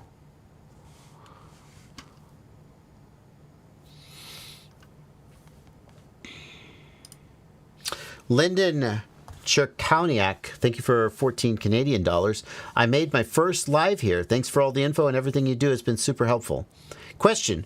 When I'm diving my Whoop 16, it streams to try to correct or level itself in acro mode. How do I fix it? Most likely, I would guess what you're having is yaw washout, that as you come out of the dive, it it's like settles and washes out. The answer is to keep the throttle higher so the motor RPM stays up and come out of the dive more gradually.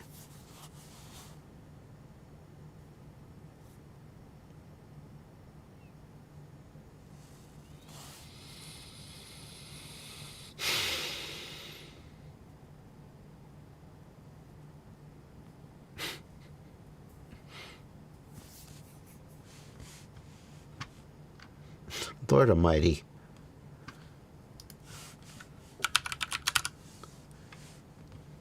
Gustavo, I answered your question. I definitely answered your question. I will answer it again out of a courtesy for you. Gustavo, the DJI Race goggles bind to an old OcuSync air unit that is not made anymore and basically doesn't exist anymore. The DJI Race goggles are essentially a museum piece at this time. They cannot bind to any modern drone. I would be surprised if the air unit even still existed. I am answering it right now. I have answered it twice already, and now a third time. Are you sure you're watching the right stream? Okay. Let's see if Gustavo figures out that I've answered the question.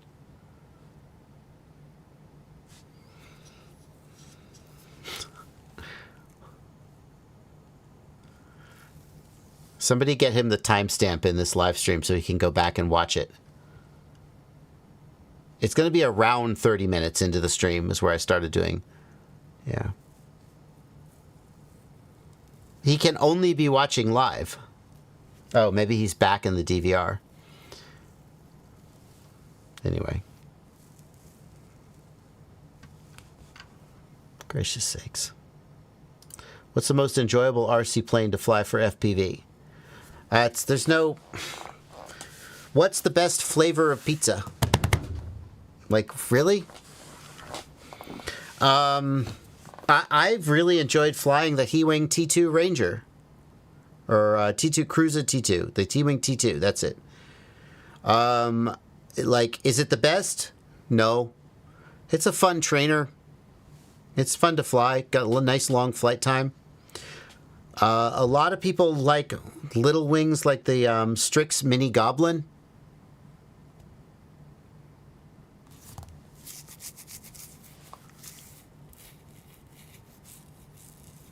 Nano Goblin, that's it. The Nano Goblin. Those little wings are super fun. The T2 is not a lot of plane. Global source. The T2 is a big plane, but it has a super low stall speed and is super easy to fly. I would argue the T2 is a better trainer than the T1. The T2 is super easy to fly.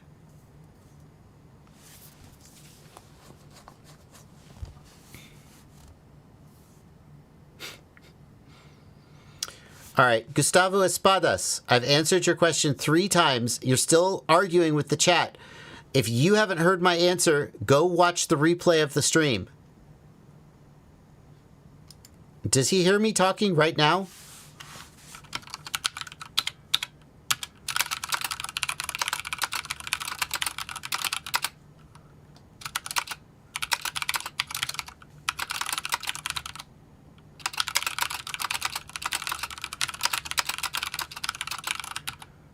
You said earlier you didn't answer it because you just told him not to buy them. He already has them, but he's not listening at all because you answered it earlier in the stream. Joseph Tahari said to go to 35 minutes in the stream. You can hear the answer to the question that's been answered 3 times now. This is not difficult. Jesus Christ. Oh shit, I didn't mean to hide him permanently.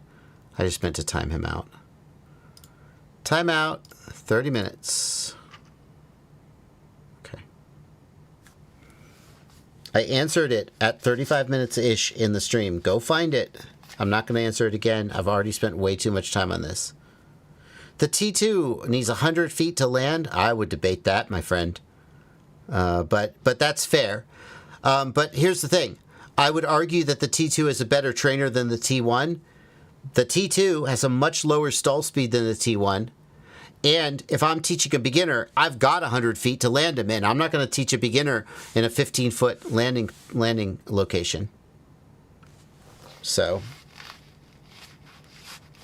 Okay, here we go. Gustavo, oh my God, you have the race goggles? Yes, they're amazing. Enjoy them. What you need is the OcuSync Air unit. Good luck finding it. Give me a break.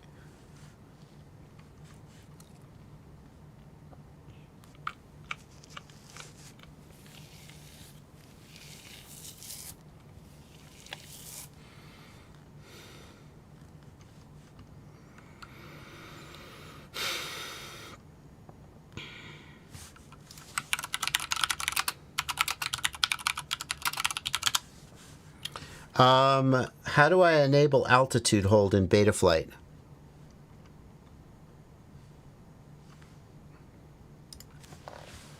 What you do is you go here to this wiki. Here it is in the chat. You go here, and then you follow these steps. And if you don't know how to do this, then don't flash Betaflight 4.6. It's pre-release and it's not safe to flash yet. You follow these instructions. If you can't follow these instructions, don't flash untested firmware with pre-release firmware with unreleased features. Wait for Betaflight 4.6 to be final. But you could probably follow this.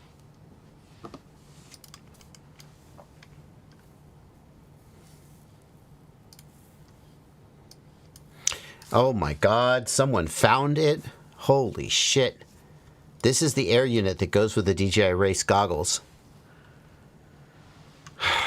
You definitely should not buy it.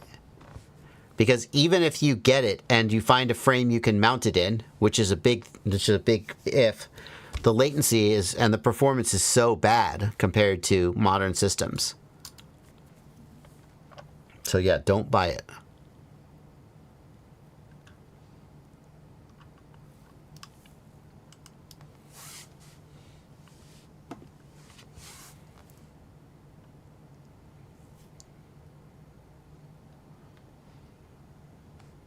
Now, Gustavo is like, I gave Bardwell a super chat. He didn't answer my question. When I complained about it, he timed me out. And I want you to remember that when you hear people complaining about YouTubers or stores fucking them over. You watched this play out. You know what really happened. And somewhere on Facebook, there's going to be someone, Gustavo's going to be complaining about me. Bardwell took my super chat and then timed me out when I complained about him not answering it. Bardwell steals super chats. And the difference is that when someone goes on Facebook and says, Bardwell was mean to me, a whole bunch of people go, are you kidding? Bardwell's a saint. They're wrong, but they do say that. But when somebody goes and they're like, Race Day Quad screwed me over, everybody's like, yeah, F them. And like, a lot of the time, it's just as much bullshit. So keep that in mind.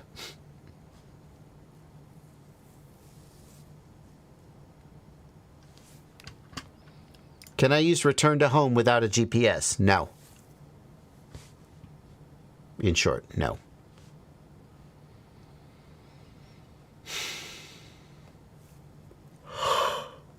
Oh.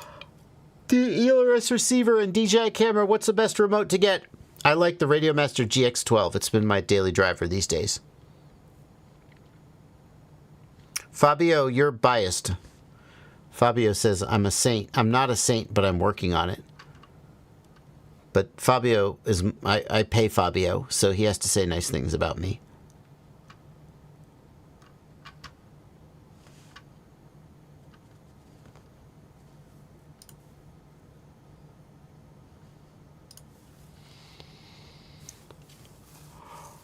All right. Oh. Excuse me. Am I answering normal chat questions? That's mostly all I'm doing. There are a bunch of super chats just sitting here not getting answered. Jason Black. I answered your question just now. Also, hot tip for you guys. If you do end up spamming and get muted in chat for like 5 minutes now, it deletes your history of questions and you get kicked back out of the queue. So just don't spam. Mm-hmm. I'm not a saint, but I was in line to be the next pope. I just heard we're taking applications. Thank you, Color123 for a $2 donation. Thank you, Reed P for a $20 donation. What are you most excited about in the droning world? Anything cool coming around the corner? Any exciting projects you're working on? There are no exciting projects that I'm working on. I just did my exciting project for the year, which is the Sub 250 beginner build, which I'm very excited about. Stuff that's coming in the droning world. What am I most excited about? I'd be excited. Right now, I'm trying to learn more about OpenIPC. It's pissing me off, but that is a form of excitement. I flashed this RunCam Wi-Fi Link VRX. I flashed it to Ruby, and after I flashed it, it basically was dead. And RunCam said, I checked with MadsTech, and MadsTech said, you did everything right as far as I can tell. And RunCam said, well, maybe you have bad hardware. We'll send you a new one. So they sent me a new one, and it works. Yay. And so I was like, okay, well, I got to flash Ruby to my VTX. And I went to flash the VTX, and it didn't work. And I was super annoyed. So the moral of this story is I can't flash Ruby, apparently. I'm going to finish the review using the working hardware that RunCam sent me, and then I'm going to try and flash it again so I can see if it was me or if it was the hardware. And I'm really frustrated. I'm really frustrated because here's the thing. OpenIPC, like, I'm just messing with it because I'm a nerd and I'm curious about it. I'm spending way too much time working on this stupid video that in the end, like, 4 people are going to watch. Because there's only, 100 OpenIPC. Well, okay, I'm exaggerating. OpenIPC doesn't have a massive user base. And I would bet that it's never going to have a massive user base. But maybe I'm wrong about that. And so all this effort that I'm putting, like, I put effort into learning ExpressLRS. And ExpressLRS is like the most popular control link. And so all that effort feels like it paid off. And this whole time I'm like working on OpenIPC and Ruby FPV, and I'm like being a nerd and playing with it. I'm like, geez, at the end of this, I'm not even going to have a flyable video link that I could use for myself. It's this pure nerd project. And I'm like, why am I mad about this? Like, well, just because I also want to put out videos that are, people will watch and be successful. I feel like I've lost the ability to be a pure nerd, I guess. Anyway, it's frustrating. And then that's the most frustrating thing. Anyway. You see what Fabio said? Fabio says, should I not edit it? You already edited it. What? I thought you finished it already, sir. What were you doing for the last 3 weeks while I was on the town? I was on a trip. Deliveries from Fabio. How? You have not edited it? Have you not delivered it? Tell me you've edited it, right? Oh, he said today he was finishing it. Okay, thank God. I mean, there's a lot in there that I am going to end up using. No, I'm just teasing you, dude. I know what you were doing for the last 3 weeks. Anyway.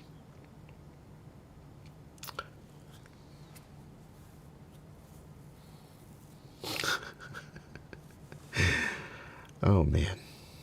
Do you have to pay tariffs on products you get sent for review? Not yet. Not yet, but yup. They send me a product. The fact that it's for review doesn't change anything. As far as I know, you still have to pay a tariff on the. And now, the vendor could prepay the tariff, and which maybe they will. So.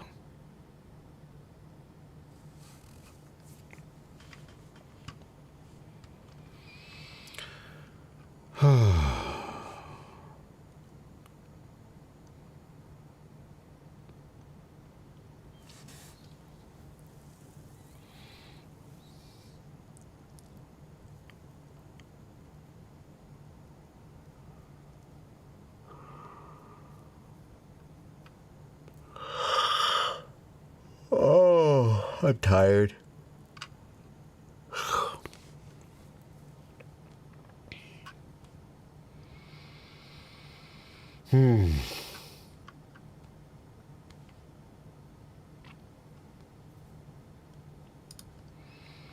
Voxel, fail-saving at 2 kilometers. Here's the thing.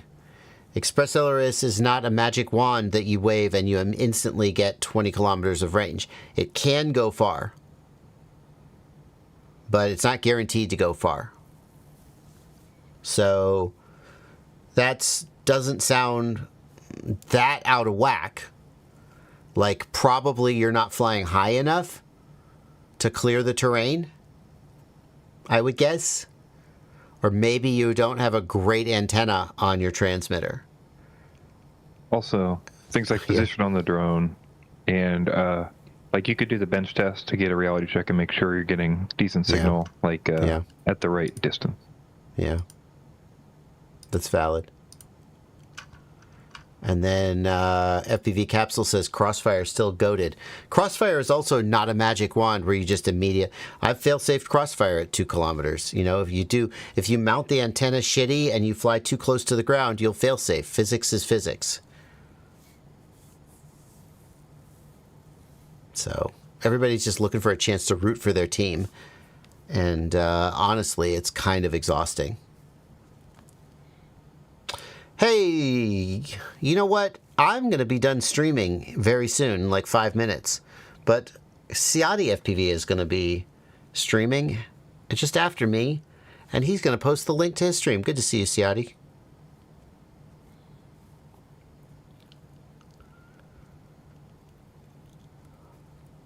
Good question. Good point, Stone FPV.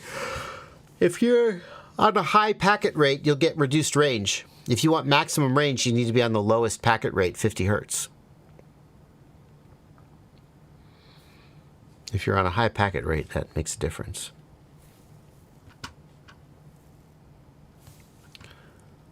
Thank you, Spank Hill, for a $5 super chat.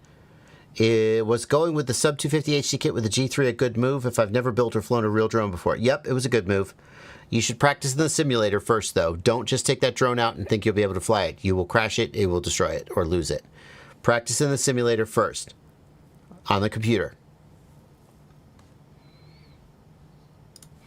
Do you think an AR Wing Pro is usable as someone without any plane experience? It's going to be the same advice, my guy. Also, no. This does not look like a beginner plane to me. Now, I don't know for sure, but typically a wing like this is a little more advanced. So you should practice in the simulator for sure. The simulator I like is Wings. Wings FPV Simulator. I think it's pretty good. It's great for racing, but it's also a good trainer. I'm a big fan of it. I like it a lot. Wings FPV. The other one that's decent is Real Flight is more for line of sight than FPV, but it's not terrible for FPV, and it's also pretty good. Real Flight. The thing I like about Real Flight is if you press the F key, parts of your plane fly off in flight and you crash. And it's super hilarious when someone's flying Real Flight to just go walk over and go F, F, F, F, F, F. I guess it's like F in chat. Make their plane explode.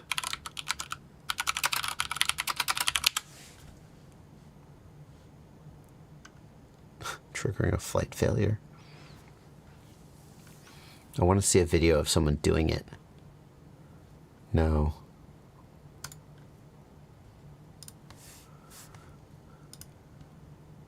Well, we're not watching a 17-minute video.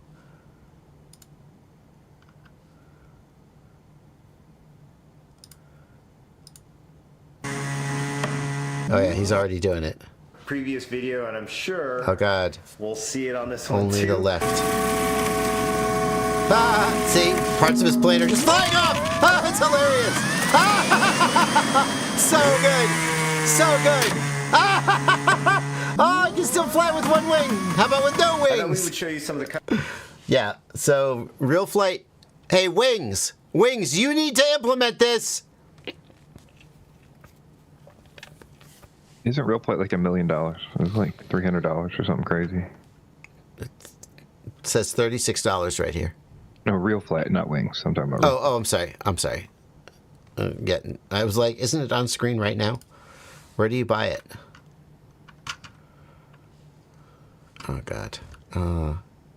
Oh, Skydozer says $99. That's not as bad as I thought it was. That's still pretty high. That's still pretty high. Real Flight Trainer, $50. Real Flight Trainer with wireless dongles, $80. Real Flight Simulator with transmitter controller, $100. Box version, $50. It looks like it's more like $50, and you just use your own controller. That's not too bad. All right.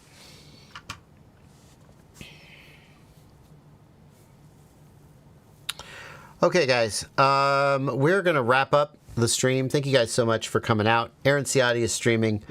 Go on over to his channel. And if I didn't get to your question, feel free to email me.